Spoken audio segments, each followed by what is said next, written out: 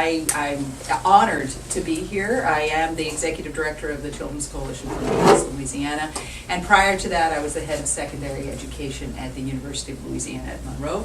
I come out of the middle school classroom where I was a teacher for 10 years in California. So I'm honored to be part of this conversation. So I will just introduce Bill Ritz from Union Christian Academy, Ted Reeves, Union Parish School District, his new superintendent there, Heath Murray, new principal at Darbon Woods Charter School, and of course Tony Kane, Downsville Community Charter. I'm going to let them introduce themselves, if that's okay, and tell a little bit about their background and how long they've been in their current position. Bill Ritz again. I've graduated from Oral Roberts University with a master's degree in Christian School Administration. I've been involved in Christian education for 40 years. Raised in Houston, Texas, big state of Texas. So basically my background is education, and also I've spent about 50 years coaching, whether it be basketball, football, or baseball. Okay. Ted Reeves from Union Parish. I'm in my present position as superintendent since July of this year. Very, very excited to be here and be a part of this organization. I graduated from Northwestern State University, Coach, and had a great career down there. I was fortunate enough to play baseball there and get a good education from Northwestern. And so in my school career, I've been a teacher, a coach, administrator, janitor, bus driver. You're using all of those skills now. That's right. And so I've had a good career, and if I had to do it again, I'd do it all over the same. All right. My name is Heath Murray. I am the Executive Director at Darbon Woods Charter School. This is my second year at Darbon Woods. My previous experience has been in Morehouse Parish as a coach, a teacher, and elementary school principal. I got my undergraduate degree from Louisiana Tech University. Dr. Grafton was my advisor, and he was a big reason why I had the opportunity to go to Southern Miss and get my master's degree. And so I too would do it all over again if I had the choice. My name is Tony Kane. I started my education career off at Neville High School in Monroe City. Taught and coached there several years, decided to go in the private sector. And once I went to the private sector, I had some people talk me into putting my name on a yard sign and running for school board. Got elected to school board when I was 24 years old and stayed there for 12 years. And got back into education once I got out of the private sector, and spent a lot of my time in alternative education working with at-risk youth until I came to Downsville. This is my 4th year at Downsville, and I'm one of those people, I guess when you look at me, I'm one of those people that likes turnaround projects, and so we pretty much turned the corner at Downsville and we're moving forward, and we've been really excited about that. That's great. So I know Jean has given you each a topic to speak to. If you don't mind, we'll just, who would like to go first? Heath has made eye contact, so if you could just introduce your topic and... All right. I chose the topic of the role of athletics in education. This is a topic that I was a former athlete. Like Mr. Reeves, I played baseball at Louisiana Tech. I lettered in 3 sports in high school, and I had a wonderful experience, not only in high school, but growing up in youth sports. And I feel this is a topic that is near and dear to my heart. I feel like what's happening in our society, not just in schools, but in our society with athletics, I feel like it's deteriorating. And so I've got some stats here that I want to give to everyone. And most of what I'll be talking about is going to involve varsity athletics, but it can also be relevant in youth sports as well. First of all, there are 8 million high school athletes per year in the United States. And so that's quite a number. There's a lot of participation in various sports at the high school level. approximately 6% of those will go on to compete as NCAA or collegiate athletes. And then less than 1% will have an opportunity to play professionally after that. So obviously, the reason why we play sports, the purpose of sports in our society, cannot be to grow or cultivate professional athletes. If that's the case, then we're failing 99.9% of the time. And so what I wanted to talk about was why do we play sports in school? What are the benefits? And just kind of on a personal note, whenever I watch professional athletes, and everything, it comes from the top down. Whenever I watch professional sports or sporting events, and I see a player hit a home run or score a basket or score a touchdown, and I see the amount of attention that the player wants to draw to himself or herself, it just, I cringe, because our kids, our children see this, and then of course it trickles down into youth sports and into high school sports. So when I ask myself, what are the benefits, what are the real benefits for playing sports, what should they be?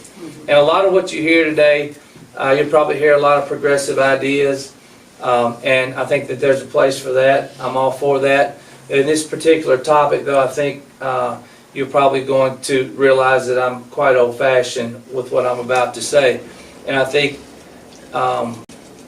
as far as athletics goes in our school, I think we could stand to go back to the way it used to be. Primary benefits. I've divided the benefits for playing sports into two categories, primary and secondary. And so the primary benefits, I've identified those benefits that they should be focused on benefiting the student athlete long term. The first one is sportsmanship. And I know that this kind of cliche, we talk about sportsmanship and teamwork, but that is a big part of learning how to play sports, and sportsmanship is basically just learning how to win and how to lose during competition. Those are two very important things that are going to carry over in these young men and young women's life, in their jobs, in their personal lives. And so sports is a very key, very valuable way of showing these young men and women how to win and how to lose, and doing it with dignity and class. Teamwork, learning how to be part of a group, learning how to strive toward a common goal. And then not only that, but putting the goal of the group or the team ahead of personal goal. And I think that's where we see a lot of things now with what I consider to have gone wrong with athletics over the years. It tends to be more about individuals and less about the team. And not only with our student athletes, but a lot of times with our parents. A lot of our parents believe that the reason why their child is playing a particular sport is so that the school can get their child a scholarship, or the school can get their child some sort of recognition. And so it's gone away from being about the team or the group as a whole and more about the individual. The third thing, the primary benefit, enhancing the educational experience. Athletics can be a very valuable tool in getting the most out of our student athletes in the classroom. There was a study from the University of Chicago that male athletes are twice as likely, and female athletes are 3 times more likely to do better in school, not drop out of school, and graduate from college. So we can use our athletics to benefit our student athletes in the classroom, and that's what it should be. That's what it should be. One of the things it should be used to do. And then also student athletes who are involved, or just students in general who are involved in extracurricular activities. And that's not just athletics, but it could be cheer, it could be band. They are going to get a lot more out of their high school experience than the other students. And I try to encourage all of our students to do something after school extracurricular. Being a part of a club or a group doesn't have to be athletics. A lot of times we think of extracurricular activities as being athletics, but it can be lots of different things. But I think I try to encourage them and tell them that they will get a lot more out of their high school experience if they are a part of some type of extracurricular activity. And then as far as the secondary benefits go, and a lot of times schools will benefit, and there's nothing wrong, in my opinion, from a school benefiting from having a great athletic program, but that should not be the leading factors. That should be, a secondary benefit. But there are some benefits such as notoriety for the school. You can have an enhanced sense of school spirit whenever your athletic teams are doing well, and that's always great for a school.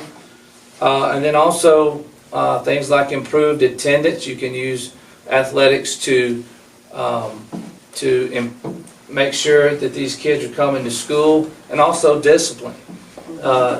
Studies show that students who participate in extracurricular activities such as athletics, they do have a better attendance rate, and they do have a better discipline history than those who do not. And so that is, in a nutshell, that's my take on the role of athletics in education. I have been involved in sports my whole life. I had a grandfather who played professional sports, and I think that as long as I am at Doggone Woods, then I will be looking for men and women to be a part of our athletic program who have the same values as I do on this topic. And it's not easy. Sometimes in certain sports, when I interview potential coaches, I try to make it clear that they are teachers first and coaches second. And sometimes it's difficult to fill positions with coaches who really believe that. And so there are a lot of challenges. And my take on the matter is that I may not be able to change the world, but I can do everything in my power to change what goes on at Doggone Woods Charter School. So, Thank you. thank you. Very much. So you have just a few moments until Yes. our next segment, so if it's all right, I'll ask a question, but I also will open it up to the room on this topic, and we'll do that after every topic if we don't go long. Okay. So you said something about you want to go back to the way things used to be, and you talked a little bit about that individual versus team. What are some other ways that you see kind of that looking back being beneficial to your students? Well, I think that we used to emphasize sportsmanship more than we do now. Now I believe we've kind of gotten to more of a winning at all costs mentality, to where we used to say it's not whether you win or lose, it's how you play the game. But I think that's kind of been lost over the last few years. And so I think that's probably one of the main ways, in addition to the individualism. I did have one more question. How early do you start your athletic program? Well, that's another, that's a whole nother issue. At our school, we start in 6th grade. You do. That's our junior high program. But I do know that we have students very early on in kindergarten, 1st, 2nd grade, who not only start participating in sports, but participating to the point to where they're traveling and playing on the weekends. And you see a lot of burnout in kids these days. By the time they get to be junior high age even, they really have lost the love of playing sports before they could really even know how to play. It's not lost on me that we have 4 coaches up here. So clearly, as far as leadership training works. Does anybody have a question, clarifying question they'd like to ask you? Do any of y'all like to add anything to the topic? I think what he meant, going back to the old days, is nowadays everybody gets a trophy for participating. Okay? Used to, you had winners and losers. And if you lost, and you figured out how to become a winner. And so you work harder to get to that point. Not to the fact that I know the smiles of giving a child a trophy, that's priceless. I understand that. But then, you know, like he said, you got to work hard to make things happen for yourself. Just kind of, what are you going to do for me attitude now. I love the learning how to lose. You forget how important that is. That's right. Would anybody else like to ask a question or add a comment? I think one of the comments that you made, Heath, that's very true. You talk about them getting them in early to do the travel ball and all that kind of stuff. And people see athletics as a way to pay their kids college. And for many people, they don't realize what a delusional dream that is when you get that 6% number. That, and even if your kid isn't at 6%, when they get there, it's a totally different experience. I can't speak for Mr. Fritz, but I know 3 of us at this table have, and mine was not nearly as successful as Mr. Murray and Mr. Reeves, but we've all had some experience playing college athletics. And it's a job, and it's a very underappreciated job when you look at the people that you're trying to please. And that doesn't resonate well with a lot of those kids once they get there, because they've grown up in nurturing and sports environments where they were the center of attention, and now you're in an environment where you're not the center of attention, and if you don't want to perform, we got 10 people behind you ready to kick you out the door. And a lot of people also don't realize you may get your kid that scholarship, but when we came up, if you had an athletic scholarship, it was guaranteed for 4 years. Now, they just bring their kid in and say, you don't fit into our program, we're taking your scholarship. And it disproportionately affects kids of color, because a lot of those kids didn't have the means to get to college any other way, and now they're left without a way to pay for college, and a lot of them have. That's true. Injury. Mr. Ritz, I'm looking at the topics now, and I noticed that you are elementary and secondary school curriculum of the future, and I think that's a good segue. Do you mind speaking next? That is your topic, right? Yes, ma'am. Okay. Yes, ma'am. I was thinking sports. I know, sorry. Feel free to weave that. I didn't have, feel free to weave sports into the academics. The future of education has gone strictly digital. It is there right now. Today, students today, whether it be high school or college, can get a college diploma or a high school diploma online. They don't have to go to class. They don't have to do anything. I just got through talking to one of my former students that's in med school over at LSU Shreveport. She was missing class, and she was coming over to our school to participate in what we were doing for that day, and I was asking her, how you do this? You're in med school. She said, no problem. I'll just go home tonight and watch it on my podcast. So many of their students don't even have to go to class anymore. You can watch it on podcast. This is totally a different change from the textbook classroom. And that's what we'll be looking for in the future. Classroom in the future will be textbook free. It will be all digital. The questions being asked by many is, why memorize history facts when you can go look it up on Google or Wikipedia and find the information you want? Why memorize? I was talking with someone this morning about why would anybody want to memorize that Christopher Columbus discovered America in 1492 when you just Google it and find it real easy. Don't have to worry about memorizing dates anymore. It's there, all for you. Teachers will be less of a disseminator of knowledge, and they'll be more of a facilitator of knowledge, because what they're going to be doing is using videos, YouTube, to teach and to expound upon the area that they want to teach. So there's a growing proliferation of open source sites aimed at education. Sites like MIT Open Sourceware, they are producing the entire curriculum for MIT. They produce it, video, software. Other sites are Open Educational Resources, Murloc, Hippocampus, offer their own expert written content for education. The second area is interest driven, which is really fascinating to me. The schools now will have to be more concerned about the interest of the students instead of just having one size fits all. Those students typically have to wait until their third year of college to choose what they want to learn. The idea of a K through 12 education being tailored to students' own interests is becoming more commonplace all across America. Research has shown that students' interest is directly correlated to their achievement. The better way is to motivate each student to learn through his or her passions. Passion drives people to learn and perform far beyond what they think they can achieve.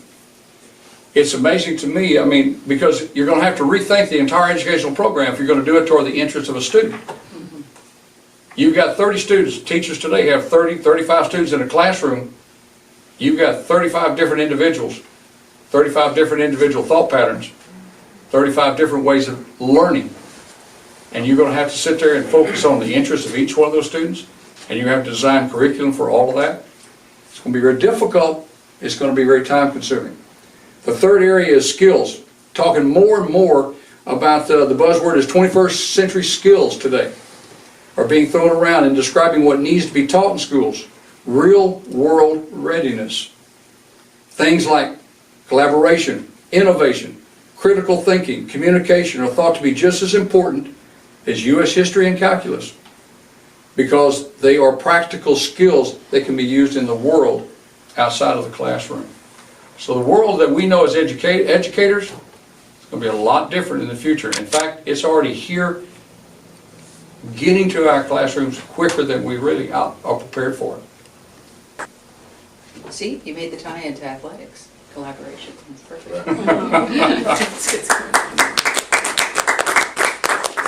So we have some time for some questions. It's wonderful to hear you say that, and I think it's the ideal case of a classroom, that we have differentiated instruction for every child in that class, and that we're able to do interest. And I'm going to ask Dr. Kane to speak next because technology is the only thing that's allowing us to even think about that. Your technology, right? Correct. Good. So what are some of the questions you have about this model or comments? How do you get prepared for that? I'm sure you've already started at UCA. My wife is a high school English teacher, so I hear her come in all the time, and I take and help her grade paper some, and she'll say, I'm having trouble reaching this child. And she even asks my advice sometimes, and I'm like, well, I can't help you. I don't know, so I'm just curious to know, how do you? Is it possible to ever reach every child with one person in the class? No, I don't see how that's possible. We're having to separate levels of learning already in the high school level. I mean, right now we have a higher level of math. We do dual credit with Louisiana Tech with college algebra and trigonometry.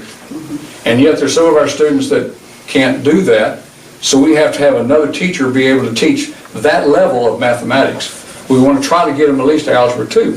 So it's going to be very difficult. And then throw in the fact is that you're going to have a lot of students that are special education. That is to me is the drawback to my school, is that we have a lot of students that have special needs. And praise God, I have at least a special ed teacher on my staff, but I mean still, she can't handle all the school from K-5 all the way through 12th grade. So we're overburdened. And then the other thing that's hindering me more than anything is the finances. Yeah. Don't have the money. There's a new technology, and probably most of the school, Mr. Reeves and all the rest of them probably have it in there, is that whiteboard, electronic whiteboard, that I discovered, I think about 9 years ago, that I had a man representative come in, that the kids can take this little tablet in front of them, take a test on the whiteboard right there, put the answers in, it calculates and does everything for you. You don't need grade books anymore. So there's just lots of avenues that you can use. How do you get to those individuals that need your help? It's one-on-one. One child at a time. One child at a time, and that's what creates a bigger, compared to these little schools, it's got a bigger problem than I do. But still, we have to take those students one at a time. One of the things, one of the questions, I guess it's a question and a comment as well, but one of the things that I hear a lot when people are speaking about education is it's almost like they're trying to fit the new model into an old mindset. It's like putting new wine into, old wineskins, right? It just doesn't work. So, we like to think about how we did it before, because I remember as growing up, we were always in classes in the early years, in multiple levels, and one child taught the other child. And I remember seeing recently a model where a lot of that, and there was high success. As a matter of fact, every student within that school went to college. Mhm. And it wasn't because a teacher stood in front and stand and delivered information. The students were adept enough to learn the content and to help their fellow student. So I don't know for sure if we were looking at a model now where the teacher is responsible for teaching or giving all of the information. Teaching a student how to learn is certainly, I think, one of the most primary things for teachers, right? So how do we go about addressing the model of how teachers are being prepared to teach in today's society, in today's era of digital technology? Because students know, you're right, they get all of the information they need online, probably more than they know how to assimilate in their brains, right? But we do know that all information isn't good information. True. So how do we teach them to seek out? Because Wikipedia, I could go and post right now in Wikipedia, based on what I think, right? Right. So how do we teach them One to of the prepare? things that I was reading about is Be that prepared what I feel needs to happen, and it probably has already taken place, I haven't seen it, but I mean, usually what worked before is you had an intern. If you had a trade that you had right there, you had somebody that came in as an apprentice. Think what they need to do right now, not all the time, and some colleges make it different, but what they do is they have a 6-week period of student teaching. What they need to do, what I feel they need to do in the colleges in preparing educators today, one, is the technology skills for one, because you have teachers today that have paid the price for 30 years, and you bring the new technology to them, what are they going to do with it? I mean, I'm not being ugly, but I'm saying, what are they going to do with it? Because that's not their forte. Technology is not what they want. I've been teaching for 30 years. I know how to teach. Now I've got to use this technology. No. But I think what colleges need to do is have a year where they send a student to one of the high schools, somewhere around right there, and let them be mentored by a teacher that's been there and utilize the technology that they've learned in college and apply it to the classroom for a whole year. Not just 6-week period or whatever short period of time that they have for student teaching. I think they need to be there for the whole year to learn the trade from a mentor teacher. When I was in Texas, that's what we went to. I went to a mentor training session there in Texas that I could go back and mentor teachers and to become better educators. And so I think that's just my opinion. And I've read about where they're starting to do that in some colleges across America, where they're just putting them in there for a year. So I'd like to speak to that. So I know Tech was an early adopter in that and doing a year-long field-based teacher preparation program, and I think ULM has just gotten that. So they are moving to that model. We're going to have to move on to the next. Dr. King? Well, mine's technology, and it kind of segues into what he was talking about. He was talking about a lot of different digital curriculums and digital textbooks and things like that. And my first experience with technology in education when I was a kid was the mimeograph machine. I mean, you think about that, the mimeograph machine or that little thing, device over on the chalkboard at the bottom on the chalk rail with the 3 pieces of chalk in it. That was technology in the classroom when we came through. And now you look at, number one, you don't find chalk in a classroom anymore, or erasers or anything like that, and you're looking at smart boards where in teaching math, if you were in Algebra 1 or Algebra 2 and your teacher was teaching graphing equations regardless of what kind of curve it was, and they look at that and say, now this coefficient right here is very important because if this coefficient has this particular property, it may move the particular curve to this quadrant on the board, or it may change the shape of the curve or whatever, and you just had to be able to know that that was the case. Nowadays, they can actually put that formula on the board, it will draw the curve for them, and then the teacher can take their fingers and change the curve, and the kids can watch how that particular coefficient changes, so they can particularly visualize exactly how it impacts the mathematical calculation. So I think that's one of the benefits that you see in math instruction. My biology teacher has a program on his smart board where if he wants to carve up a heart and break it open and do And they can see that, as opposed to just pulling the heart out of the frog and doing it, and all the kids are sitting there like this, they can actually do it up on the board and they can see it. And so that's been a lot of change in a very short period of time. But what we got coming down the road is unbelievable. And what it's going to be is artificial intelligence. Mr. Fritz was talking earlier about how to differentiate that instruction for every kid in the room. Well, with artificial intelligence, once they get broadband to the point that it can support artificial intelligence, and once they get computing power and software generation to that point, you're going to actually have that differentiation. You're going to see a radical shift in what goes on either at a brick and mortar school or what is a shift away from a brick and mortar school. Because right now, electronic instruction is pretty much a two-dimensional process. Something goes on the computer screen, kid sees it, takes notes, answers question's wrong or it's right. What you've got coming down the road is a visual instructor pops up and they are instructing, the child is responding as if they were a teacher in the classroom. The algorithm is processing that response and giving an immediate stimulation back to the student of, well, here's where you're missing this. Right now, kid misses it, they don't understand, they gotta go get mom, a teacher, a facilitator, call auntie who teaches math at the next school down the road, whatever. But now that software is gonna be able to say, here's where you're making your mistake, here's what your problems are. Let's go back and rework this. And it's gonna be a two-way level of communication instead of a one-way level of communication. And we're not far down the road from this. There's actually a program in the Air Force where they're doing this for IT training in the Air Force for their personnel. And what they've been doing a study on it, and that study has demonstrated that those participants in that artificial intelligence instruction actually are more successful in mastering and retaining the material than those students who are in a traditional classroom or doing self-instructed study. So that's coming down the road. And as usual, the military is going to finance the bulk part of it on the R&D end, and then they're going to figure out how they can, these companies that are doing it with the military, once they get the R&D costs out of the way, they're going to find that optimum point where we as schools and school districts are willing to invest in it, and they're going to find a way to, again, get into our instructional dollar.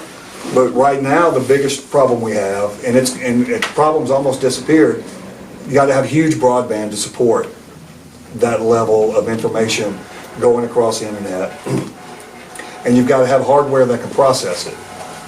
So, because you're also talking about the next step down the road, rather than it being a two-dimensional instructor on the computer screen, you're talking lessons and things like that. So it's going to be unbelievable. We have a hard time understanding it. Our kids are watching it on TV every day. And if you look at it, I'm a Star Trek and Star Wars nerd. How many things of Star Trek and Star Wars are now in reality? You used to look on there and they walked around with this little handheld computer with some little blinking lights and stuff, and we've got that now. I mean, the iPad that you carry every day is 30 times or more powerful than the computer they use to send people to the moon. And so it's pretty unbelievable, and it's going to radically shift how we manage education, because you're talking about, once it's put into application, you're talking about a kid that never has to leave home. Whereas right now, if a kid stays home for homeschooling, we're not quite sure what's going on there. And oftentimes, if they're doing an online school, it's still kids watching this, they've been given an assignment by a real teacher, and that real teacher may be grading some of it, but they're not getting that real-time, one-on-one interaction as they're going to get with artificial intelligence. So that child who's in medical school that's coming to help out at your school, they're going to be enrolled in a class, but they're going to be enrolled in that class just as a matter of point, and they're just going to do it. And they're going to do it to their own pace. They may graduate medical school in 2 years as opposed to 3, and then go straight to their residency. And you're talking about the MIT program with the MOOCs. Right now, again, that's a two-dimensional experience, but somebody like you or me, we can go to the MIT program, and I think there's also one for Harvard, where you can go do that, and you can get the equivalent of a degree just by going through and doing all that study. Now, you got to have a lot of self-motivation. Well, that's where AI is going to come in and give that child the motivation, because they're getting real-time experience. And So I'm looking forward to it. Thank God I'm gonna be on the end of retirement because they're gonna find not any principals and superintendents and stuff like that anymore. But that's where we're going. Interesting. That's right. You said Star Wars, I was thinking James Bond movies. Those are good too. Absolutely. Absolutely. Well, let's get. I have lots of questions, but I'll let you all comment first. Wow. What's the timeline? I think you're very close. You've got some of you may have heard it, Moore's Law came up back in the early 1960s. Basically said computing power doubles every 18 months, and they keep waiting for Moore's Law to play out, but it doesn't. And then since then, Moore's Law has been extrapolated not only to computing power, but technology.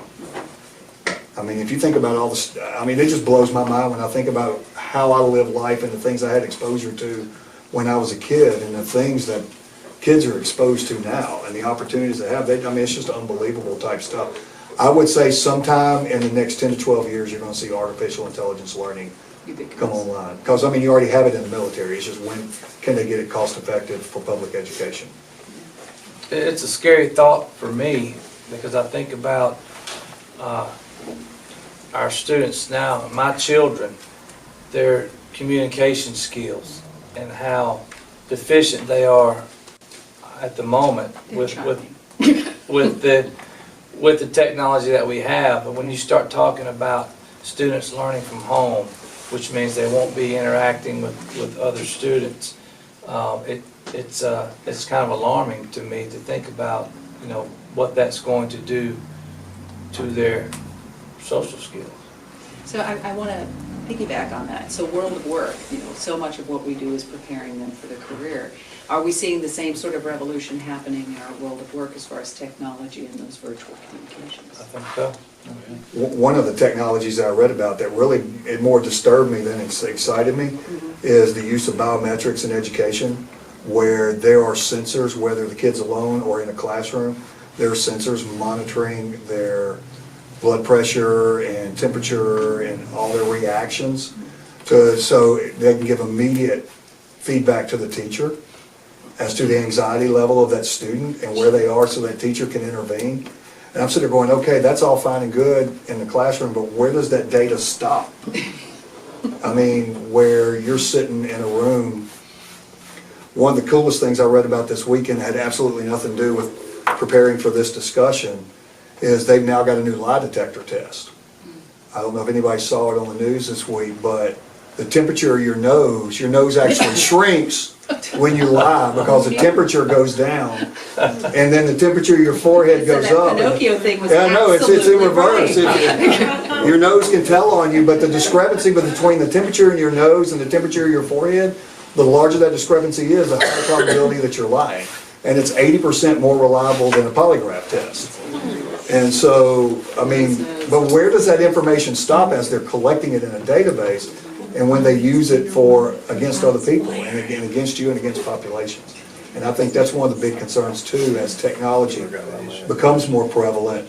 How is it going to interfere with our civil rights and our rights to privacy? Absolutely. So, Mr. Reeves, we have you as the last person, and you'll be speaking about campus security. Oh, and that's a beautiful segue, security. That's right. Thank you. Before I get started, I'd like to, number one, thank my supervisors coming in today. It's very appreciated. Mr. Tommy Bennett, one of the school board members, thank y'all for coming. And also, if you look on the program, we're remembering Mr. John Ellis, and that's pretty special. Because you see, he was Mr. Linville over there. And I know it's not a part of my, what I'm supposed to talk about today, but I thought that was pretty neat, and thank you so much for that. School safety, or campus safety. You know, our jobs, you've talked about up here, is to educate our kids. But one of the biggest priorities is safety of our kids. Because that mother and daddy, or grandmother, or auntie, or whoever, that morning sends their kid to school. It's a great responsibility now for the school to take care of that kid for 8 hours and then send them back home. That's a great responsibility. And that has changed over the years because society, and we'll get into some of the reasons why that happened. Just And I used all the skills they talked about. I went on the computer and got all, I can give you stats or anything you want. But I'm just gonna kind of tell you kind of my life and how it kind of evolved with school safety here. Some things I found out. Every 64 days from a period of like 2004 to 2011, every 64 days there was a school shooting. Okay? And then it changed to where the statistics show that every 200 days there was a mass shooting, not necessarily a school shooting. And so that was, society has changed. Now why? We can debate that a little bit later. But basically, you know, educating the kids is our number one goal. But safety, what does safety mean? In other words, on our campus we got to be aware, we got to have a plan for active shooter. We got to have a plan for bomb threats. We got to have a plan for power failures, gas leaks, okay? Fights, normal things that happen sometime. Weather-related problems, in other words, tornado. We're very, very fortunate to have a safe room at our elementary school, one of the few in the state that can withstand a tornado. We can put all our kids in that one area and be safe. Fire drills, fire, suicide, family problems, and child abuse. That would be some of the areas that we're going to talk about when we start talking about the active shooters. My focus on safety is the one that bothers me the most, is the active shooter. That's the one that, and when it's all said and done, my fear is if one gets on a bus, what happens there? Or you got a fishbowl, you got them right there. What do you do? And so that's my greatest fear. But let's talk a little bit about, you know, where did it come from? I mean, what kind of shooter would do this? What kind of person would do this? And I went back and looked at, you know, you can look up all kinds of stuff here. But the one I really looked at was a Columbine. That's the first one that really kind of got the attention of what was going on, and found the weaknesses in our school safety programs. And a lot of it goes back to communication skills and all these things that Coach talked about here, which we all talked about, is that where was the communication of that child? Where did he get lost? Was he a mental student? Did he couldn't take failure very good, which athletic teaches you, because in the big scheme of things, in the playoffs, there's only one winner, and that's the state champion. The rest of you is a trail of tears. But how do you handle that? Some people can't handle these things, and it turns into these active shooters. Bullying, we talked about that earlier. Back in our day, it was picking on somebody. All right? And we knew how to take care of it. Now, these days, bullying is it's up to a next level. And then we have to go to counseling on how to do these things. Where do we get to that point? So these are some of the things that we're going to look at. As far as our schools, we're very fortunate to have new buildings, and so the new things is have you one entrance. You got to have a pass key to get into one entrance. Okay. We also have the opportunity to 3 different places. Let's say an active shooter comes on the high school campus, and he has the office under control. We have 2 other places where the intercom system is, and somebody can get to that intercom and announce whatever the code word or whatever the deal is, got an active shooter on campus.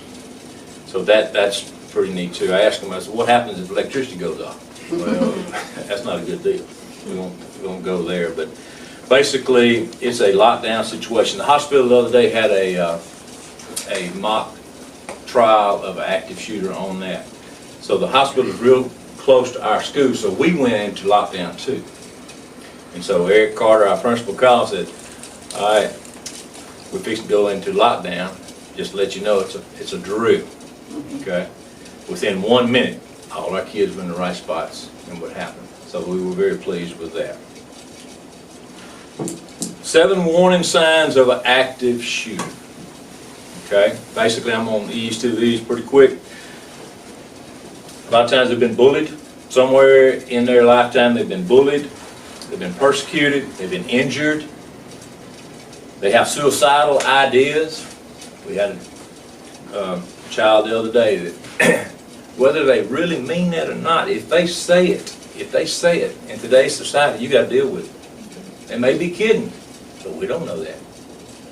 So they have problems with communication. That goes back to what we talked about up here.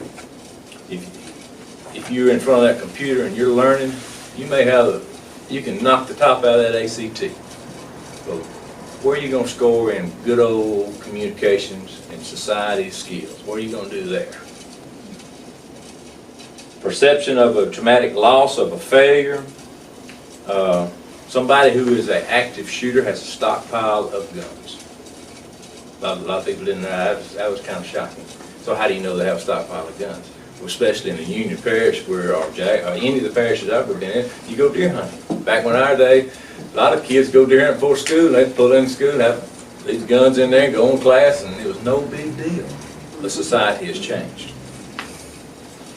And there's usually an active shooter is going to tell somebody. Somebody knows this is going to go down. And then prior to a violent outburst, they will cry for help. Somehow, they will cry for some type of help. So these are some of the things we've got to look at. The Secret Service, who deal with the safe school investigations, they did a study, and I'll go through these real quick. There is no accurate or useful profile on it. I mean, you can't just look at a kid and say, oh, you're going to be a shooter.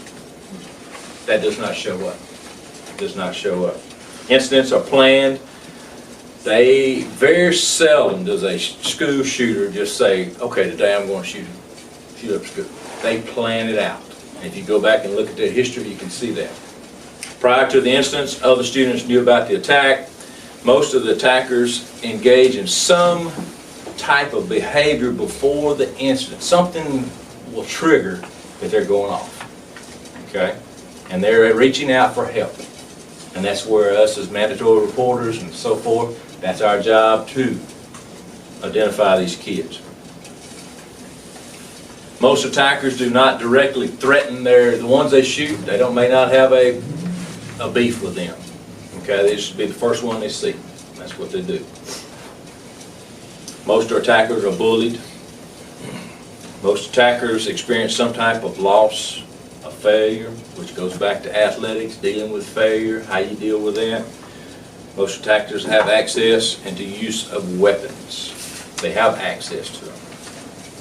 Other students were in some part involved in this attack. A lot of times they do it, they plan these things out in 2 or 3. And most attackers, when the attack is taking place, are stopped by somebody else besides law enforcement. That goes back to your principals and teachers. You know, I was thinking about the other day, who's the first responder going to be? Because we're fortunate to have 2 SROs on our campus. They're going to be the first ones that are out there. They're going to take that first bullet if you think about it. Okay? Or could be who's going to stop that child or that person? All right, how are we going to help change this culture? How are we going to try to help where these shootings will go away? Well, we got to get respect, cultural respect. Now, we can go back to respect of who? Respect of elders, respect of the school. If you go back and look, was that child involved in school? Okay, was he an athlete? Was he in the band? Let's go back and look at the history. Communications between students and adults. That means volumes to me. Communication between school personnel who are teachers and principals and their students. The best teachers are the best communicators. Okay? They're the ones that can reach. You say one of the hardest things to do is you got little Johnny who's down here. You got Jane that's up here. Now how you teach in between? Because you got students in that class. Well, you got to communicate. You got to know these kids. You got to know their families. You got to know what's going on. And the best teachers are the ones that know this. You got to break the code of silence. If we, as administrators, teachers, parents, whoever, if you see something that's not right, you got to say something about it. I'm not going to get involved. I don't want to say anything. No, we got to say something.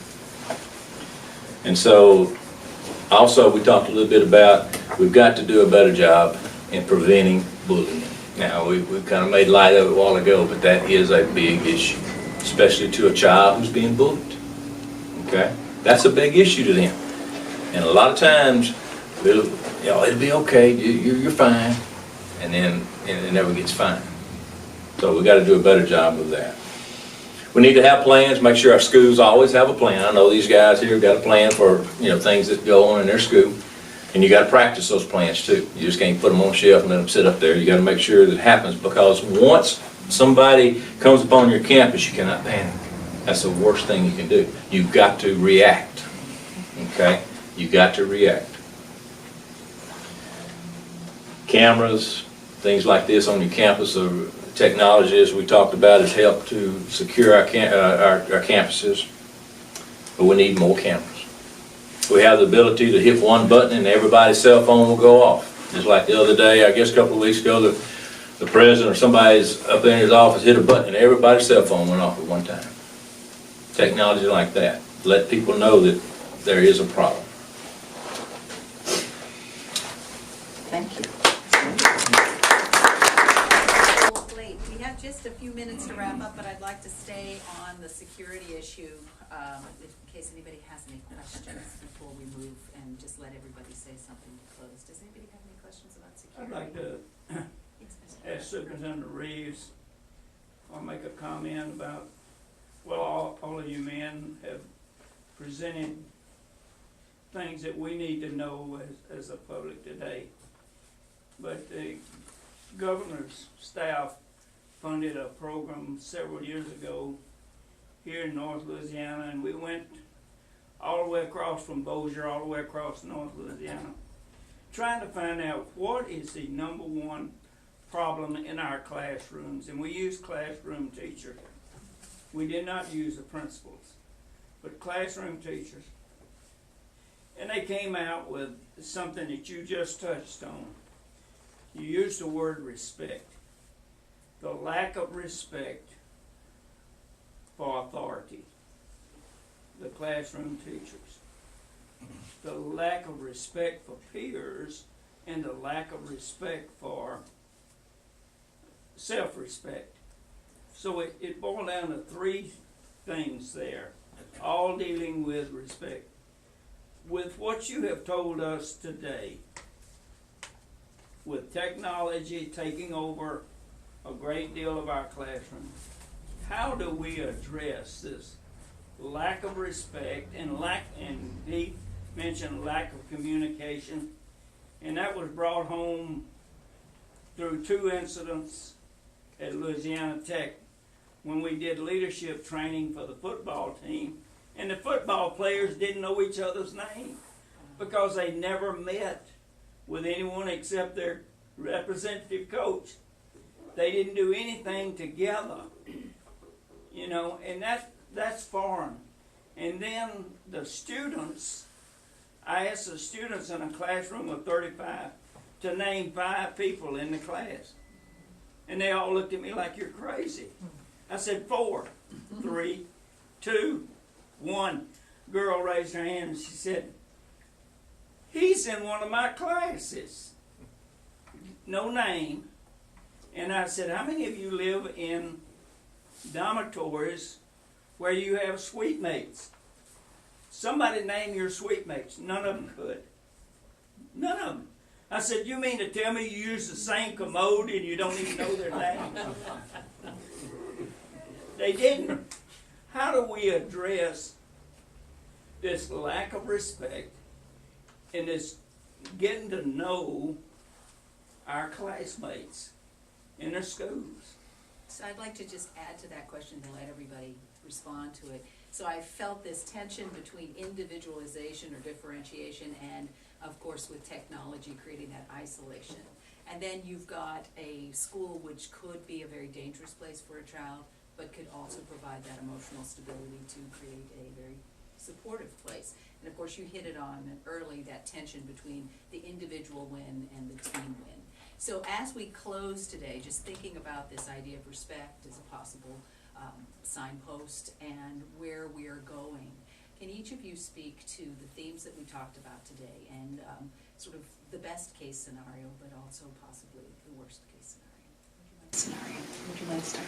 I'm going to follow up on your comments. I think that's always been a problem, an underlying problem, and we can always talk about the good old days and all that kind of stuff, but one of the things when I used to teach history, one of the things I put on the board, it had do not erase by it, and it stayed there all year long, is that people are no different today, or kids are no different today than they were 50 years ago, 100 years ago, or 250 years ago. And the two things that I use to illustrate that point, one of them, as we all know, art reflects society. There was a movie that came out in 1953 or 1954 called Blackboard Jungle. The person that was the star was Sidney Poitier. And it was a movie about struggling with respect in the classroom, working with at-risk students, and how he won those over. And we've seen a whole bunch of movies like that since then, regardless of who. But the respect issue has always been a problem within, I would say, the Western culture.